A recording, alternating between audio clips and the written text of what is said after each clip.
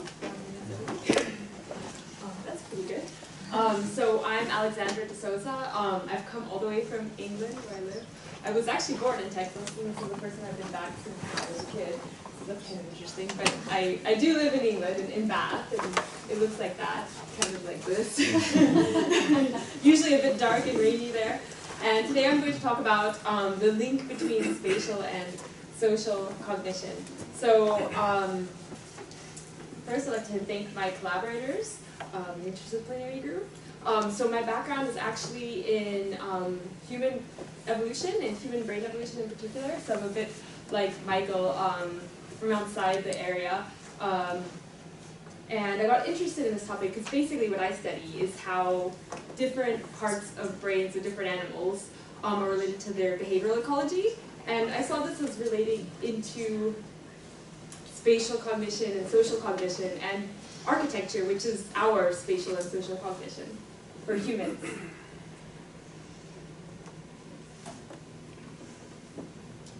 So I asked the question, how does spatial experience impact social cognition?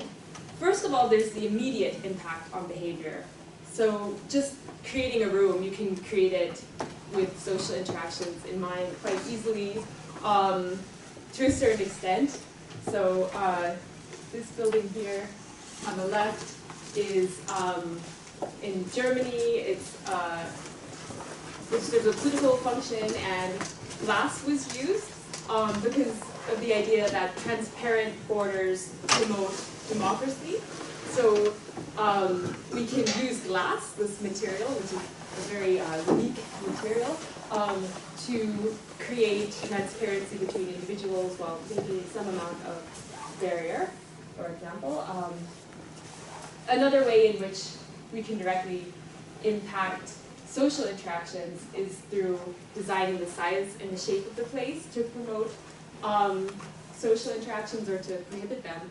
So for example, in the building where I do a lot of my teaching, we have these pods that the students can rent out, and then they're sort of in a closed space, and this promotes social interactions within that small group to the exclusion of everybody else. So in these ways you can directly try to promote or limit social interactions through building space.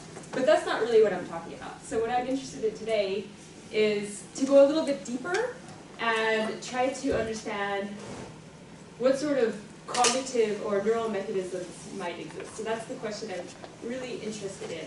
And if there are any sort of deeper links that link social and spatial cognition already.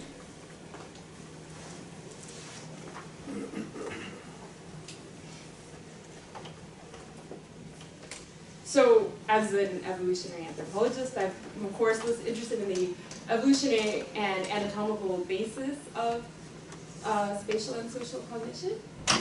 But I've also started working as a psychologist, and so I'm starting to explore psychological relations between these as well.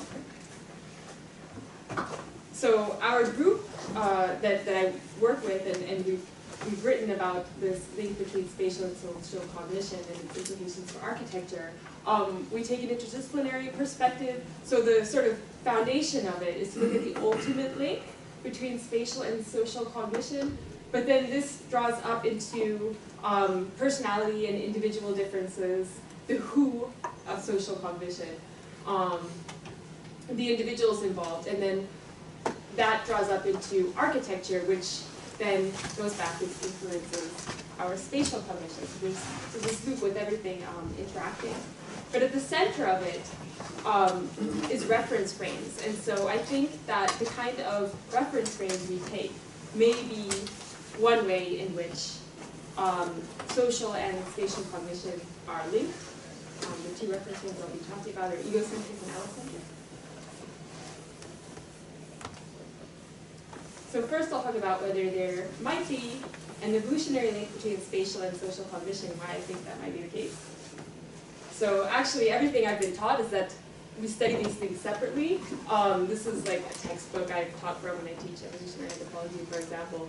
And this sort of thing that you'll come across inside an anthropology textbook is that there are all these different hypotheses about why humans are humans, why we're up, we stand on 2 feet, why we have big brains.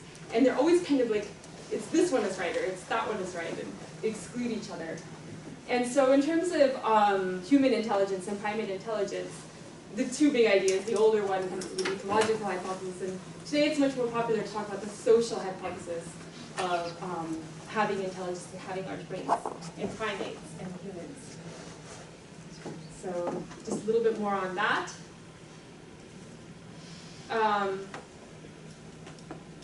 So the importance of spatial ability and sociality have both been indicated as big movers in primate brain size increased and also intelligence.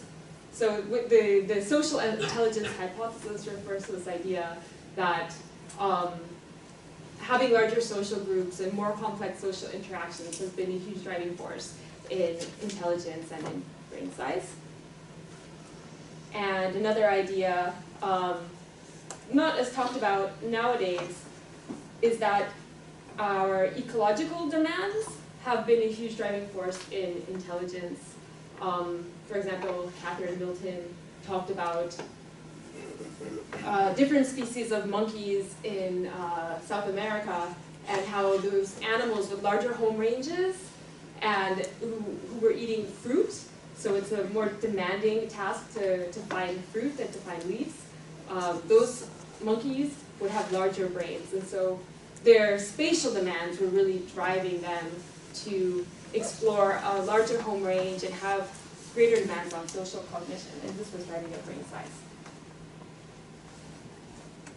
So again, the very well-known idea of social intelligence as a driving factor in primate brain evolution, promoted by Dunbar, for example, Robin Dunbar, who draws a relationship between the size of social groups and the size of the neocortex, for those who said the neocortex, in primates.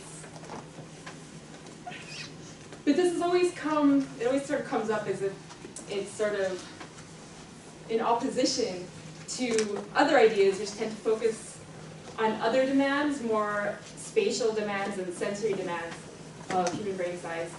Chris Kirk here at Austin, for example, and Barton and myself often study vision and how that's been involved in brain size in humans and primates.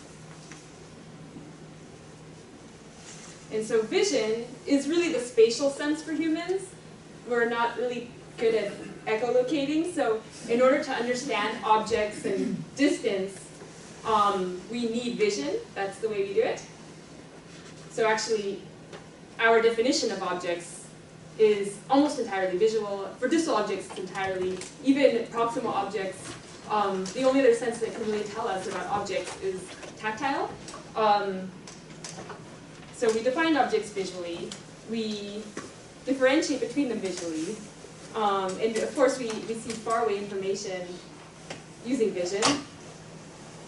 And our visual receptor surface is two-dimensional, so there's eccentricity and polar angle incorporated in that, so this is something that, for example, distinguishes vision from audition. We're able to understand a lot more about our world in terms of space using vision, so it permits quite a bit.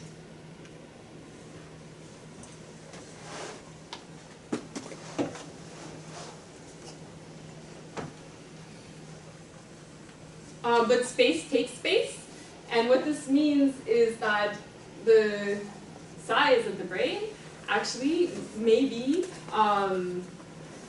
enlarged due to our demands for vision. So we have these maps in our brain which are retinotopic, so we can re-represent actual space that we see in our visual field in coordinates on our cerebral cortex surface.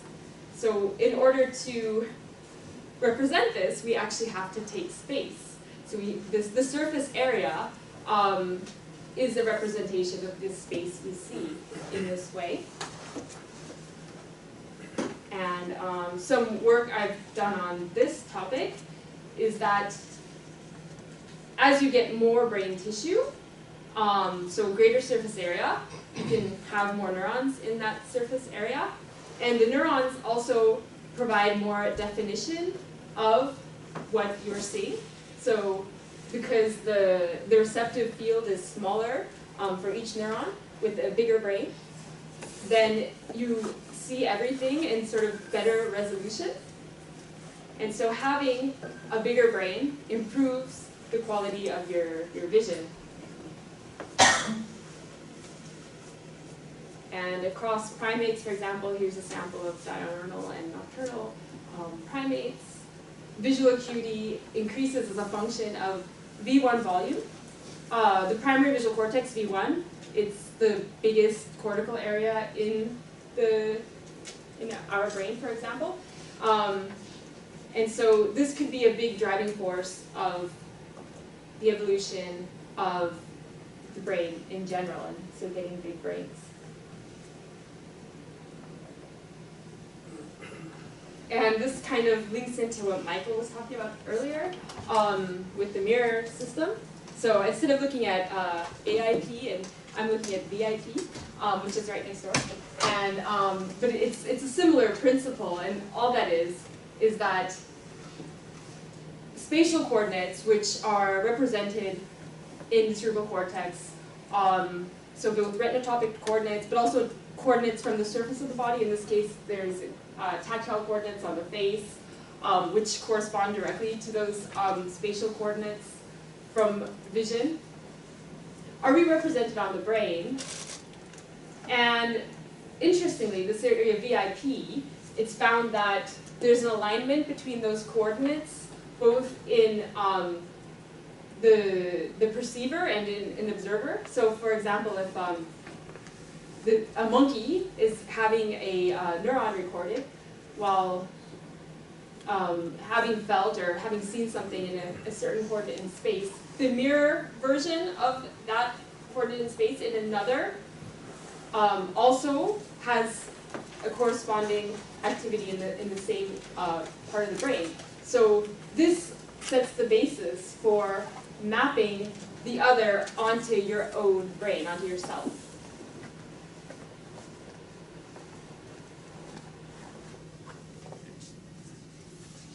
So from my interest in how social and spatial cognition might be linked, I've started to explore the psychology of it. And I'm going to talk about some background in this area.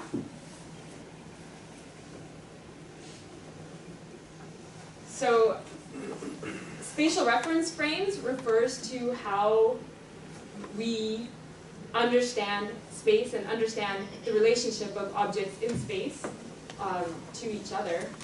An allocentric reference frame means that we understand the objects in relation to each other directly, so independently of ourselves, whereas egocentric means that we identify each object in terms of how it corresponds to our own spatial location. So we're in the map in that case.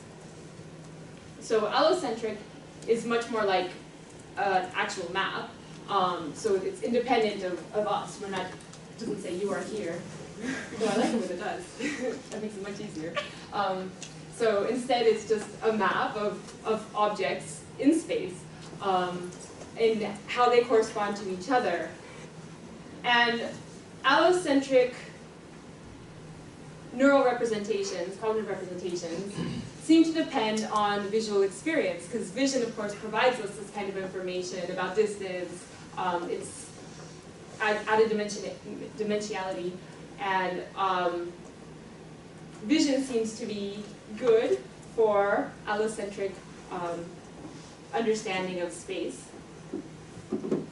In fact, blind people don't prefer to use maps which are made in Braille because they're not that used to understanding space in this kind of sense. And they use route knowledge, so they understand sort of directions, turn left, turn right. Egocentric way of understanding space.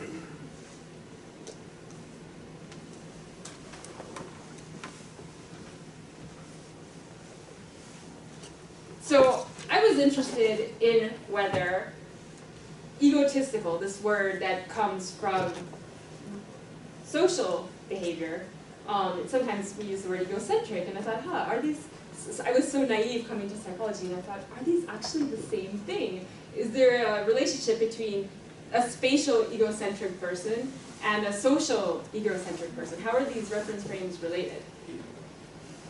And experiments are designed such that if you're taking an egocentric perspective, these objects, they're actually lined up, it's on a diamond, but if you think about rotating it, there's actually parallel rows, and it's easier to figure out the relationship of objects to each other if they're in these rows, if you're looking at objects from that perspective. So if you take an allocentric perspective, that requires a spatial rotation, but it's easier to understand where the objects are relative to each other using that. However, if you're limited to an egocentric perspective, for example, then you will sort of take the harder route in that sense of understanding how objects relate to each other. And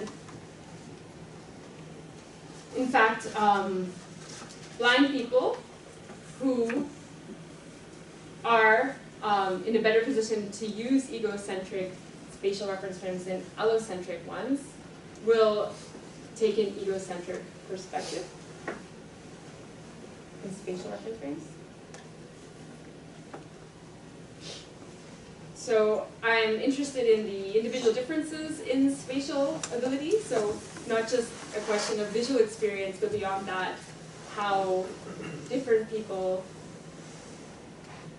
perceive space differently, perhaps, or how they're able to do that.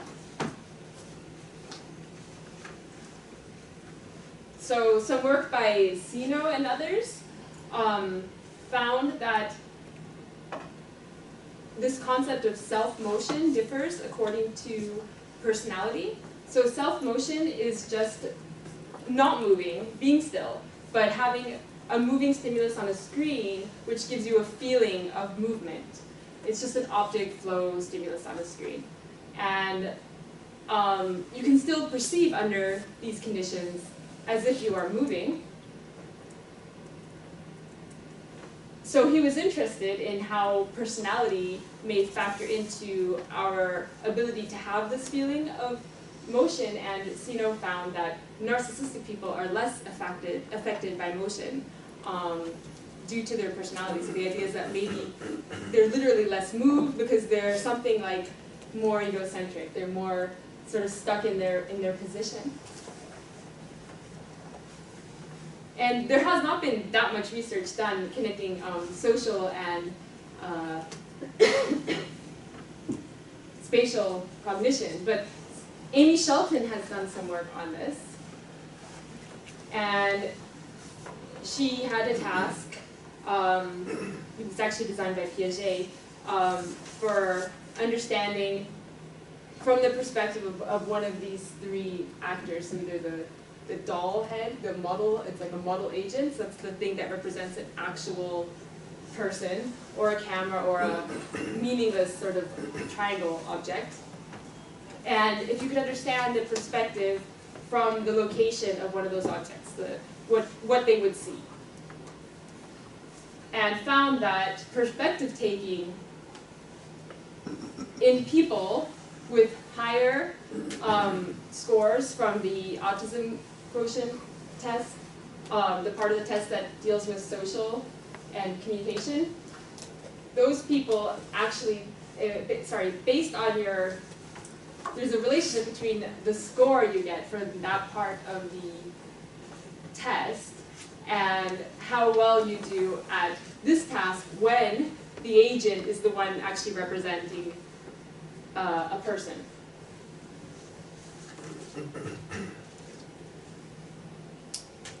Finally, another rare study into this link between social and spatial perspective taking was work done by Greenberg. And Greenberg investigated children who were either bilingual or monolingual. So the bilingual children included all sorts of languages. Bilingual, this is in Canada. So I guess English and some other second language, lots of different languages. And the monolinguals would then be English speakers. And found that just as those people who had seem to have better sort of social and communication ability performed better on a perspective-taking task of another agent. In this case, the agent is an owl. Those bilingual children also performed better. So there's something about language and bilingualism, perhaps, that influences how we perceive the world and how we're able to take the perspective of another.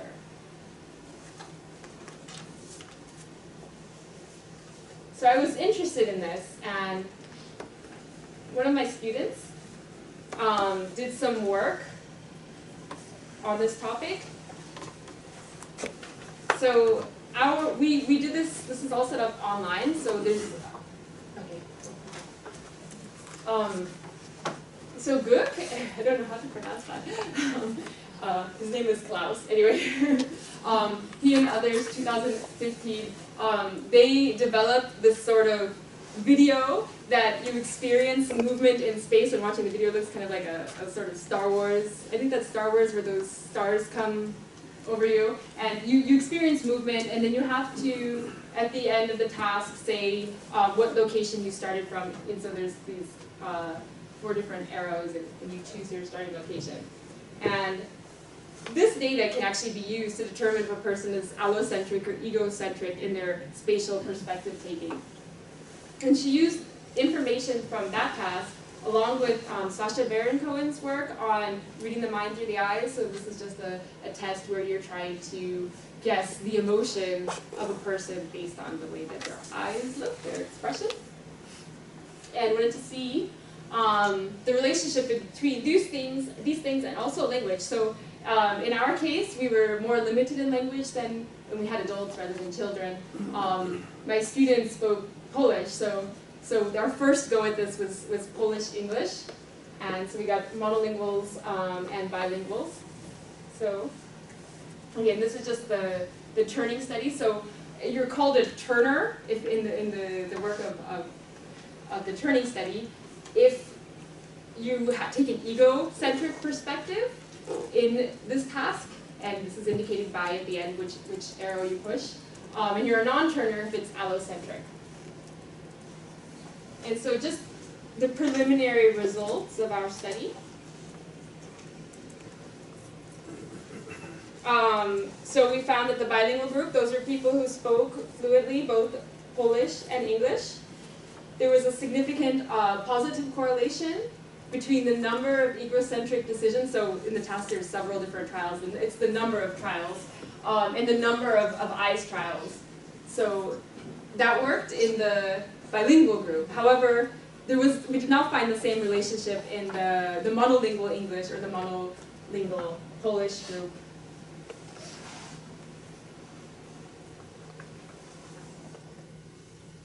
And then we just looked at the overall scores as well, so whether they were categorized, so after you've taken the test, you're categorized as either being allocentric or egocentric, depending on if you do more often turner or non-turner. And again, I'm not too sure what to make of our preliminary results yet.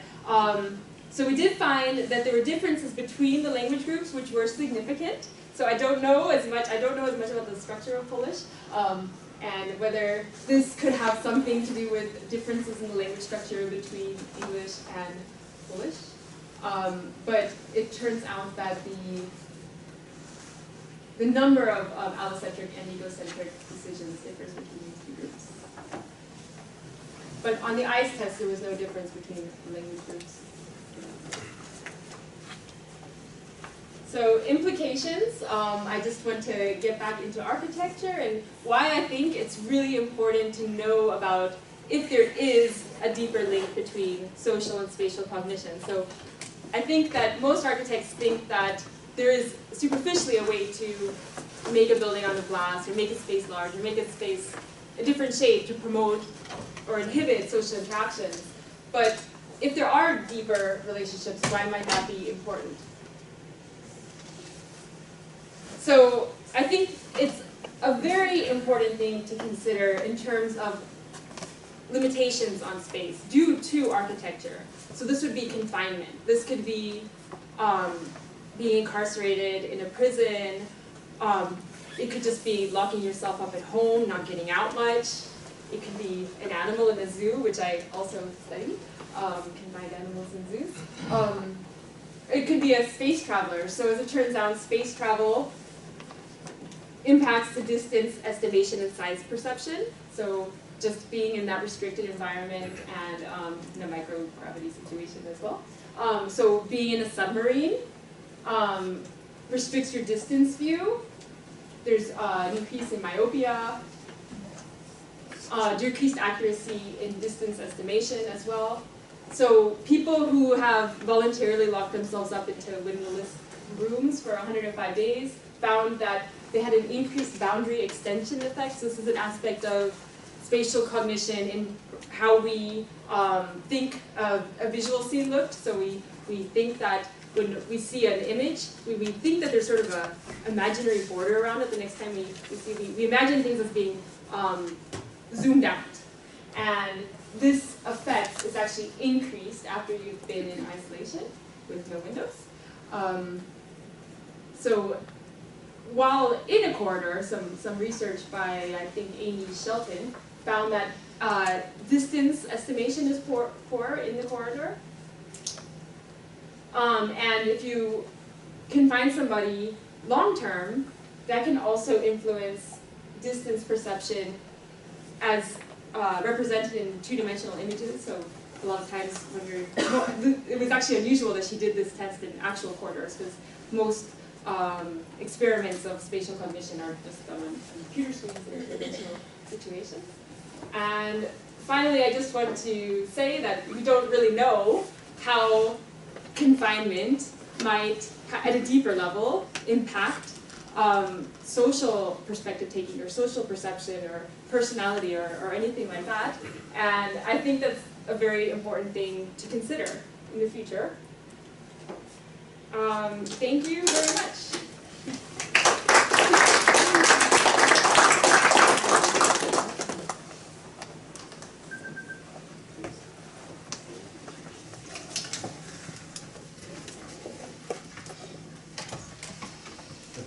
Any questions? Yes, yes?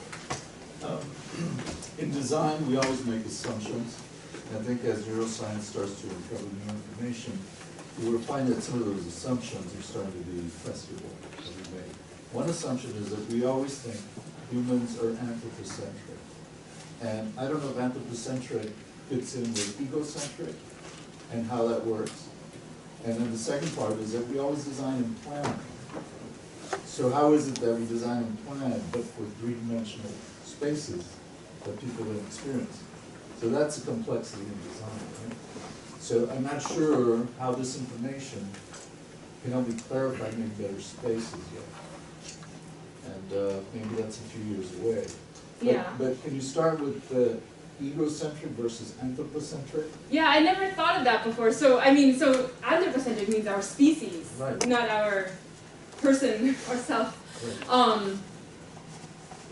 So, yeah, I see that they're both, you know, a way of sort of reflecting inward, sort of, and not outward, and not including. But I guess I still think that we think of ourselves as units within our species. So yeah, I'm not sure, but it's an interesting idea. So maybe I guess what this would come down to is if we understand animals differently than we understand humans. And so as I mentioned, even though we have brains which are designed for understanding egocentric coordinates, for example, we can map onto those the coordinates of another using a sort of mirror-like system. And so we can actually have in our brain space the coordinates of another's body. And this works across species, because that example I gave, for example, was a monkey looking at a human. So I don't know if that would be a problem in terms, I think our ability to understand across species is there. For example, babies can learn, monkey faces really well if they're taught them at an early critical stage. And so I don't think that there's anything that limiting, like at a deep level, to our species. I don't know beyond that. Though I also do agree that, yeah, we do kind of design things I guess some humans are very focused on their own humanness. Like, do design things, being humans and having that in mind, and thinking about other humans, but not thinking about the world, not just in terms of animals, but just the whole world outside of that. So. Well, I mean, I never think of myself as looking at a plan as being allocentric. In other words, that other people would look at those spaces. I think of myself as being egocentric as part of that system. I mean, I can't ever think of a situation where I'm totally allocentric, unless, as you say, I was blind. Oh no, that's the other way. So you're egocentric if you're blind. Right. You can't do allocentric because you don't see maps. Yeah. So I'm not sure, if is the designer the allocentric one and the people that experience it. Yes. Yeah, I think so. I'm not an architect, but this is my impression. It's just going to take a while to sort of clarify these and how we really need to think about it. Yeah. So, thank you.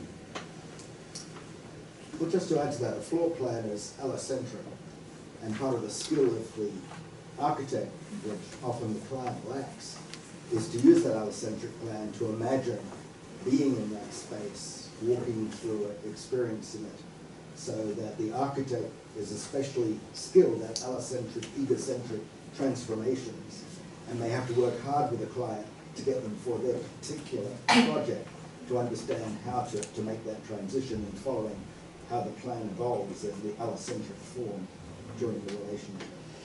Yeah, so I do think, probably architects are a little bit special, actually. They're able to go back and forth a bit between these, probably better than most people. Any other questions? So the keynote address is in Cuba. Where? Everyone was that way. Yeah, we were thinking the wisdom of the crowds is moving that way. So we just go down to the end.